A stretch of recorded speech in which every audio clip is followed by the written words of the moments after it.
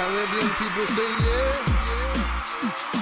Oh, people from all over the world, come on, say yeah. Say yeah.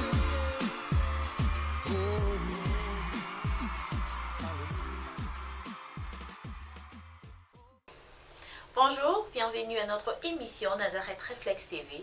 Aujourd'hui, nous avons deux invités de marque, l'apôtre Rémi Olembo et l'apôtre Gédéon Mukendi. Nos deux invités vont nous édifier par rapport à la foi. Suivez.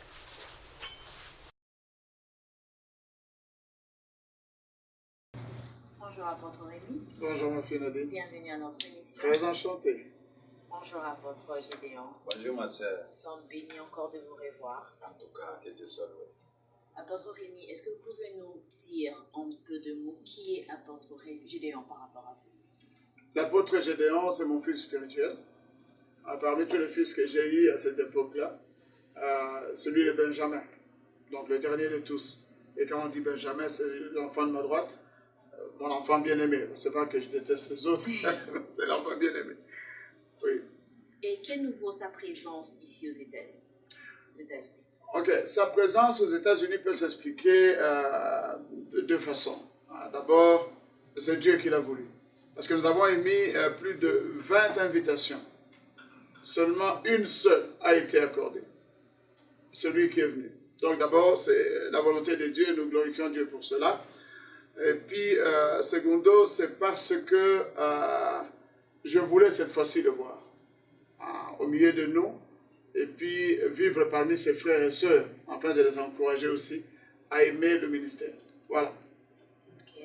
Et nous savons que l'apôtre Gédéon avait tenu un séminaire à Nazareth. Oui. Est-ce que vous pouvez nous dire en peu de mots pourquoi un séminaire? Pourquoi pas il n'est pas venu seulement prêcher à un culte normal? Pourquoi un séminaire?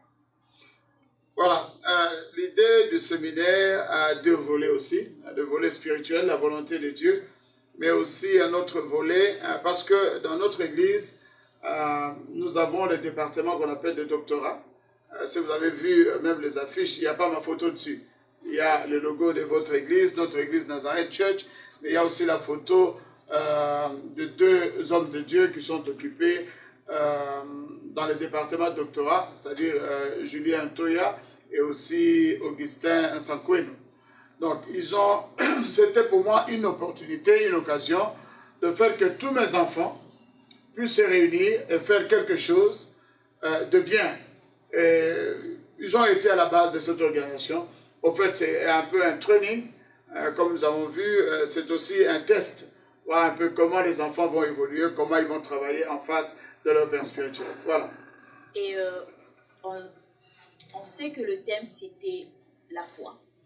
Pourquoi on n'a pas parlé sur la prospérité? Pourquoi on n'a pas parlé d'autres sujets? Pourquoi on a décidé de parler par rapport à la foi? Ok, moi je pense que si tu veux avoir un arbre, il faut t'intéresser du moins à ce qui peut faire qu'il y ait un arbre, c'est le grain. En fait, la foi est la source première de toutes choses. Même Dieu, il a cru à sa pensée de créer l'homme et de créer tout l'univers. C'est par la foi que Dieu créa toutes choses. Voilà, moi je pense que la foi c'est la base. Avec ce monde matérialiste, parce que je suis aussi philosophe de formation, dans la philosophie on explique que le béton est l'origine même de l'athéisme. Donc le béton chasse la foi. Mais ceux qui vivent dans la nature attirent la foi. La nature part de la part de Dieu. Donc la foi, c'est la chose que nous perdons lorsque nous venons dans des grandes villes. C'est la foi qui est premièrement attaquée. Okay. Voilà. Donc vous avez dit qu'on parlait de la graine, on doit commencer dans la source qui est la foi. Yeah. Mais on a parlé de l'autorité de la foi. On n'a pas parlé de la foi étant une source, mais on a commencé avec l'autorité. Pourquoi on n'a pas commencé dès le début? Pourquoi on a choisi de parler de l'autorité de la foi? Ok, l'autorité de la foi, parce que tout le monde en parle. Hein? Bon, tout le monde connaît le mot foi, le concept foi. Alors, on a voulu parler de l'autorité, parce que cette foi peut exister dans plusieurs cœurs. Si tu demandes, je crois en Jésus, je vais au ciel, je crois en Jésus, il le fera. Hein? Mais cette foi ne dégage pas une autorité. Donc, la foi peut être là, mais son autorité, c'est l'action de cette foi. Donc, il faut que cette foi-là s'exprime. C'est ça que nous avons comme problème aujourd'hui. Donc l'autorité de la foi a été choisie afin d'amener, d'inciter le peuple, surtout les Nazaréens, à utiliser l'autorité de cette foi. Voilà, c'est un peu ça, je pense que je peux te répondre brièvement pour l'instant. Pasteur, apôtre Gédéon, nous savons que vous êtes le fils de apôtre Rémi, comme il nous a dit, mais est-ce que vous avez quelque chose à dire par rapport à ce qu'il a dit? Oui, je pense que, comme papa vient de le dire, l'autorité de la foi, c'est ça. Vous savez, lorsqu'on parle de l'autorité, on parle donc de l'influence, on parle d'un pouvoir de commander, de changer les choses. C'est comme ça que nous avions voulu montrer aux enfants de Dieu que la foi est toute une autorité spirituelle.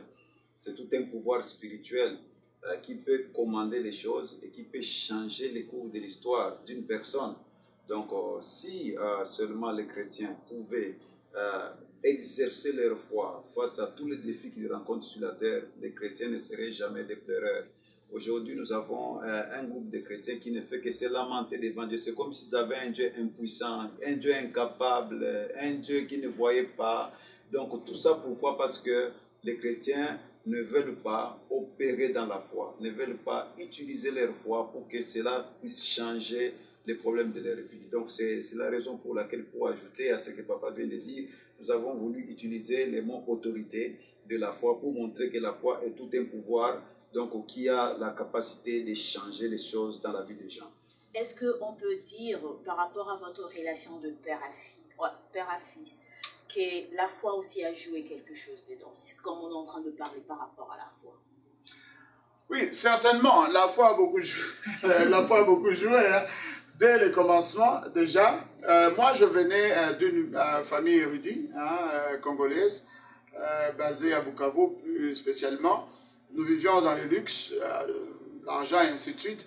Et Dieu m'a parachuté à Massina, un quartier un peu démuni. C'est la foi. C'est par la foi. Parce que je suis entré à Massina, mes enfants s'habillaient, mes vêtements. Ils pouvaient observer. Si vous regardez quelqu'un, vous pensez que c'est moi, alors qu'il a mis mes vêtements, en fait. C'était par la foi.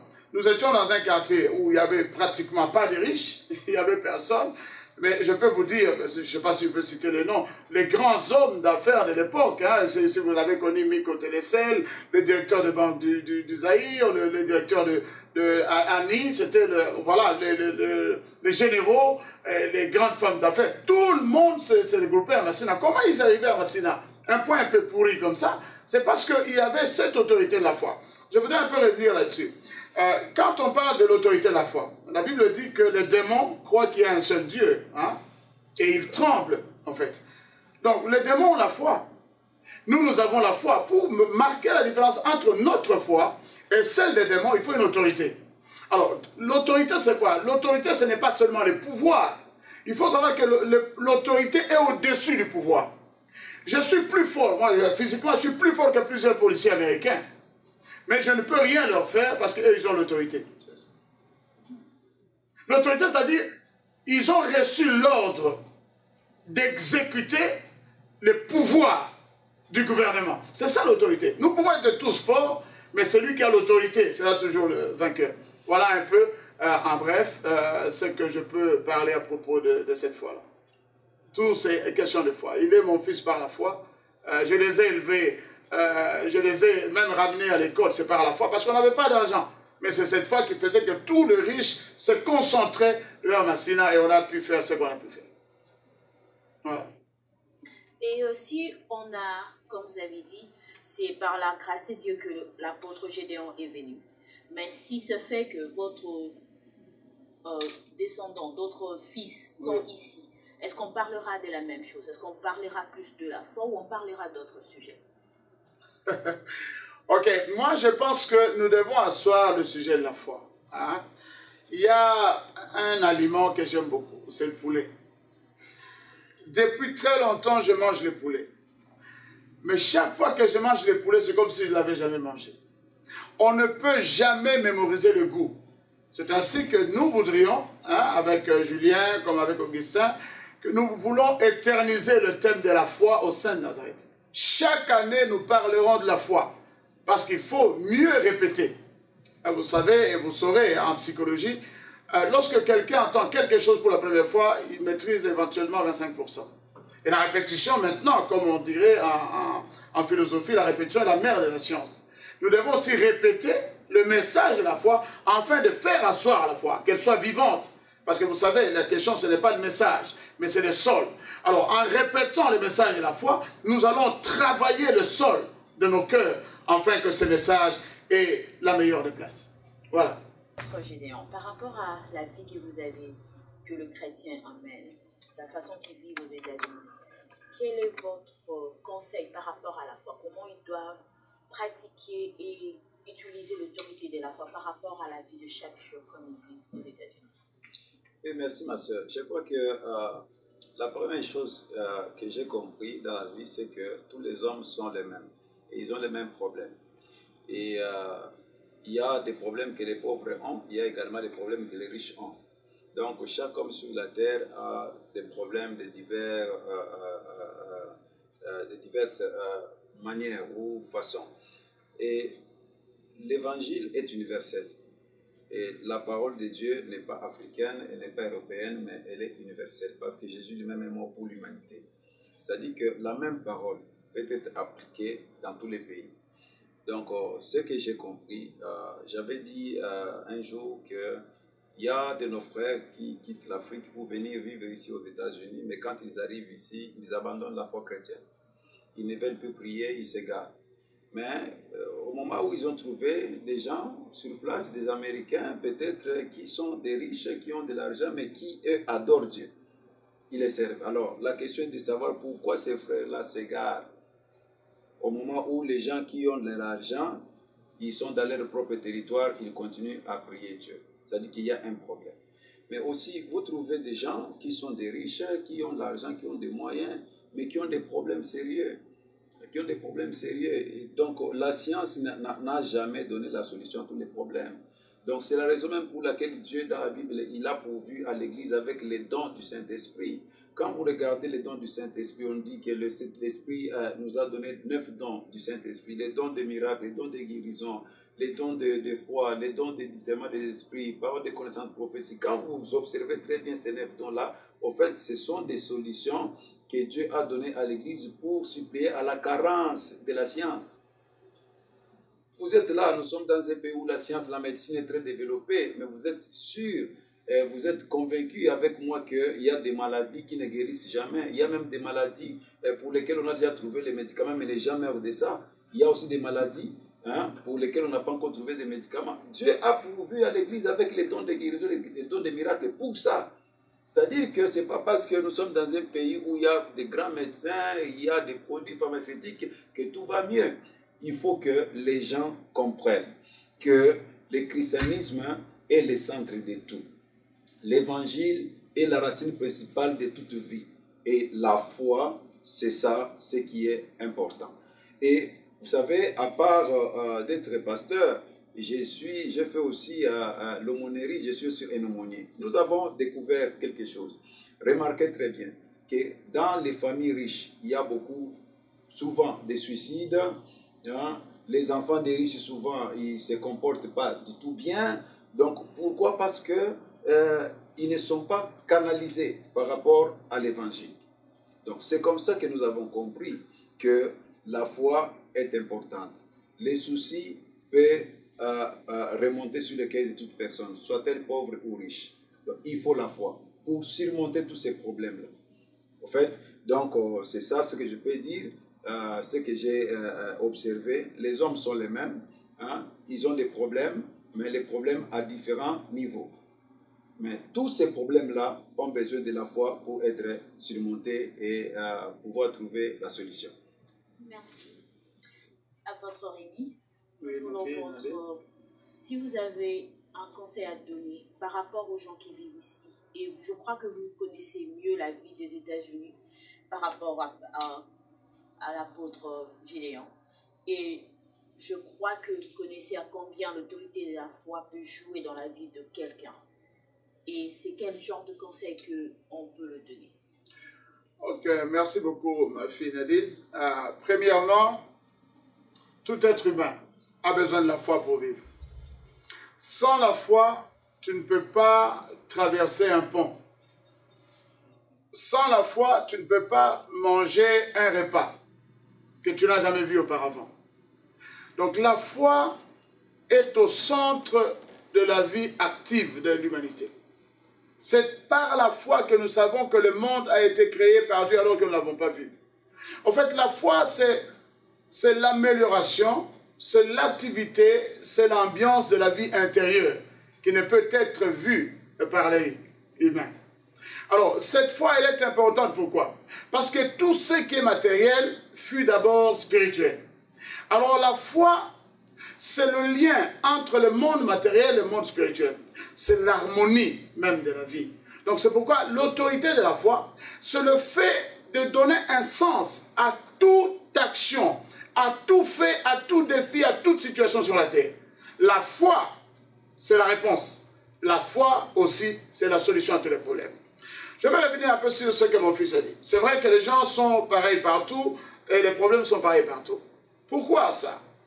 En vérité, il n'y a qu'un seul soleil et une seule lune.